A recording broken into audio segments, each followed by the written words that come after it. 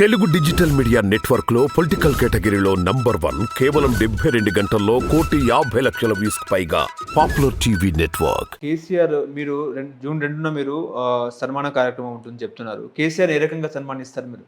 అంటే తెలంగాణ రాష్ట్రం కోసం ఎవరైతే పనిచేసిరో, ఏ పార్టీ అయితే పనిచేసిందో వారిని అందరిని ఆహ్వానించాలని చెప్పేసి కాంగ్రెస్ ప్రభుత్వం భావిస్తూ ఉంది. ఎందుకంటే తెలంగాణ రాష్ట్ర ఏర్పాటులో ఆనాడు ముఖ్య భూమిక పోషించినటువంటి పార్టీలన్నీ కూడా వాస్తవం చెప్పాలంటే ఆనాడు చంద్రబాబు నాయుడు గారు కూడా తెలంగాణ రాష్ట్రం కోసం వారు లేఖ ఇచ్చారు. అదేవిధంగా ఆర్టికల్ 3 ప్రకారం తెలంగాణ రాష్ట్రం ఏర్పడాలని చెప్పేసి జగన్మోహన్ రెడ్డి గారు కూడా నాకు సందర్భం, విజయలక్ష్మి గారు కూడా మాట్లాడిన సందర్భం. ఆనాడు సబ్బండ వర్గాలు తెలంగాణ కోసం తెలంగాణ రాష్ట్రం కావాలని చెప్పి కోరుకున్నప్పుడు పార్టీలుగా చాలా పార్టీలు ఒప్పుకున్నాయి. ఆంధ్ర రాష్ట్రంలో తెలంగాణ కాంగ్రెస్ పార్టీ కనుమరుగైపోతుందని తెలిసినా కూడా శ్రీమతి సోనియా గాంధీ గారు ఇచ్చారు కాబట్టి సోనియా గాంధీ గారిని, అదేవిధంగా కేసీఆర్ గారిని, భారతీయ జనతా పార్టీలో ఉన్నటువంటి వెంకయ్యనాయుడు గారిని కూడా ఆహ్వానిస్తానని చెప్పి నేను భావిస్తాను. ఓకే, ఒకవేళ కేసీఆర్ గారు రాకపోతే ఏంటి పరిస్థితి? ఆహ్వానించుడు తెలంగాణ రాష్ట్రంలో కాంగ్రెస్ పార్టీ వంతు, వస్తారా రారా అనేది వారి ఇష్టం. ఏదైనా వ్యూహం ప్రకారమే లేదు, తెలంగాణ రాష్ట్రం కోసం పనిచేసినటువంటి పార్టీలను కావచ్చు, సంఘాలను కావచ్చు గౌరవించుకోవాలని చెప్పేసి కాంగ్రెస్ ప్రభుత్వం భావిస్తూ ఉంది. ఎందుకంటే ప్రజాప్రభుత్వం 2014లో తెలంగాణ రాష్ట్రం ఏర్పడిన తర్వాత అట్లాంటి సంప్రదాయానికి తెరవేయకుండా కేసీఆర్ గారు తెలంగాణ రాష్ట్రంలో ఉన్నటువంటి ఉద్యమకారులను ఆహ్వానించిండు, సపోర్ట్ చేసిన పార్టీలను అవమానించింది. కాబట్టి తెలంగాణ రాష్ట్రంలో కాంగ్రెస్ పార్టీగా 10 సంవత్సరాల తర్వాత తెలంగాణ రాష్ట్ర కాంగ్రెస్ పార్టీ అధికారంలోకి వచ్చింది. కాబట్టి ఆనాడు తెలంగాణ రాష్ట్రం కోసం ఎవరెవరైతే పనిచేసారో వారందరినీ ఆహ్వానించాలని చెప్పి ప్రభుత్వం భావిస్తూ ఉంది. కాబట్టి ఆ ఉత్సవాల్లో ఆనాడు ఉన్నటువంటి వ్యక్తులంతా పిలిచే ప్రయత్నం జరుగుతూ ఉంది. కాబట్టి దానిలో కేసీఆర్ గారు కూడా ఆహ్వానిస్తారని చెప్పేసి మేము భావిస్తాము. వారు వస్తే ఒకటి, రాకపోతే వారి ఇష్టం.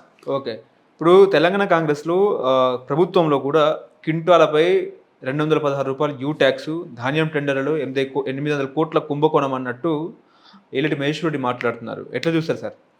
మహేష్ రెడ్డి గారు అవగాహన లేకుండా అనవసరంగా కాంగ్రెస్ పార్టీ మీద బురద జల్లాల, కాంగ్రెస్ ప్రభుత్వం మీద బురద జల్లి ఏదో భారతీయ జనతా పార్టీకి మేలు చేసే ప్రయత్నం మహేష్ రెడ్డి గారు చేస్తూ ఉన్నారు. ఎందుకంటే మీరు చూస్తూ ఉన్నారు, భారతీయ జనతా పార్టీ తెలంగాణ రాష్ట్రానికి బీసీని ముఖ్యమంత్రి చేస్తానని చెప్పేసి బీజేపీ నేతని బీసీని చేయకుండా ఓసీ సామాజిక వర్గాన్ని చెందినటువంటి మహేష్ రెడ్డి గారిని చేశారు. వారి మీద పెద్ద ఎత్తున తెలంగాణ రాష్ట్రంలో చర్చ జరుగుతూ ఉంది. బీసీలలో భారతీయ జనతా పార్టీ మాట ఇచ్చి మాట తప్పింది. బీసీని ముఖ్యమంత్రి చేస్తానని చెప్పినటువంటి భారతీయ జనతా పార్టీ బీసీలు గెలిచినా కూడా బీసీని ఫ్లోర్ లీడర్ చేయకుండా మహేష్ రెడ్డి గారు చేసినని చెప్పి చర్చ జరుగుతూ ఉంటే ఆ చర్చను డైవర్ట్ చేసే దానిలో భాగంగా యూ ట్యాక్స్ అని చెప్పేసి కాంగ్రెస్ పార్టీని, అదే Congress party civil supply minister Uttam Kumar Reddy గారిని బదనాం చేసే ప్రయత్నం మహేష్ రెడ్డి గారు చేస్తూ ఉన్నారు. వారిని ఏదైనా ఆధారం ఉంటే బయట పెట్టవచ్చు కదా. తెలంగాణ రాష్ట్రంలో కాంగ్రెస్ ప్రభుత్వం ప్రజారంజక పాలన అందిస్తూ ఉంది. అదేవిధంగా రైతాంగానికి ఇబ్బంది జరగదని ప్రభుత్వం భావిస్తూ ఉంది. కాబట్టి గతంలో కేసీఆర్ గారు అధికారంలో ఉన్నప్పుడు 7,000 కోట్ల రూపాయలు సంబంధించినటువంటి ధాన్యం మిల్లులలో స్టోరు చేసిరని చెప్పేసి పెద్ద ఎత్తున వారే ప్రచారం చేశారు. కానీ 7,000 కోట్ల రూపాయలకు సంబంధించి ప్రభుత్వానికి రావాల్సిన అమౌంట్ ఉంది, కానీ ఎక్కడ చూసినా కూడా ధాన్యం లేదు. అసలు రైస్ మిల్లులలో సరికే లేదు. ఎప్పుడో రైస్ మిల్లర్స్ అమ్మేసిండ్రు. దాన్ని తెలంగాణ రాష్ట్రంలో కాంగ్రెస్ ప్రభుత్వంగా రైస్ మిల్లర్ చేసినటువంటి తప్పులన్నీ వెలికితీసే కార్యక్రమం కావచ్చు, 7,000 కోట్ల రూపాయలు రికవర్ చేసుకునే ప్రయత్నం జరుగుతూ ఉంది.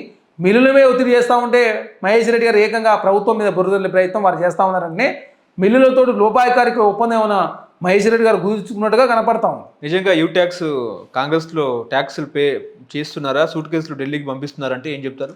గతంలో మీరు చూసారు, నరేంద్ర మోడీ గారు, అమిత్ షా గారు తెలంగాణ రాష్ట్రంకి వచ్చి ఆర్ ట్యాక్స్ అని, అదేవిధంగా RRR ట్యాక్స్ అని, ఇప్పుడేం యూ ట్యాక్స్ అని. అంటే మేము గతంలో చెప్పినాము, మీరు ఏ ట్యాక్స్ వసూలు చేసారు?